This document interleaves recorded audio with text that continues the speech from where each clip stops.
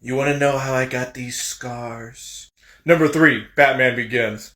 Easily the most overlooked of all the Batman films. And with smart superhero films obsessing over origin stories, they always forget about this one. And that was, frankly, the most perfect origin story of any superhero ever. The pacing is perfect, the objectives are clear, and you feel at the very end that he went from being a man to becoming Batman. I love Ra's al Ghul in this movie. I even love Scarecrow, even though I feel as if he's a bit shoehorned in there.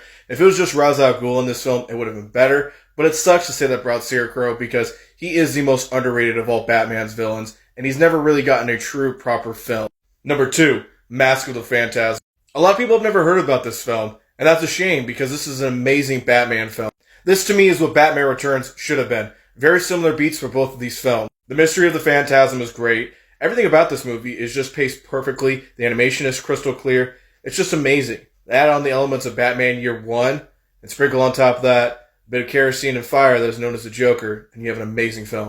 I was going to say that Batman Begins was the best Batman film, at least as far as a story just about him. But this honestly takes the cake. It's just perfect in every single sense of the word. Number 1, The Dark Knight. Of course it had to be this.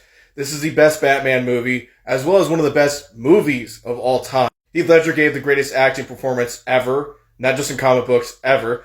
This is a standard of film that's still not been reached by any other superhero movie to this day. I still remember being 12 years old and watching this movie when it first came out, and I did not move, we did not think. I was just stunned with how amazing it was for 2.5 hours. It was that great. The unfortunate thing about this is both Two-Face and Batman seem to be forgotten in this film. The unfortunate thing about this movie, though, is both Batman and Two-Face get left behind as far as the Joker. Everybody remembers him and how great he was, and he was. He's the shining light in this film. But Batman kind of gets left behind in the plot, and Two-Face's performance, which isn't as great, but just right behind the Joker's, is also amazing as well.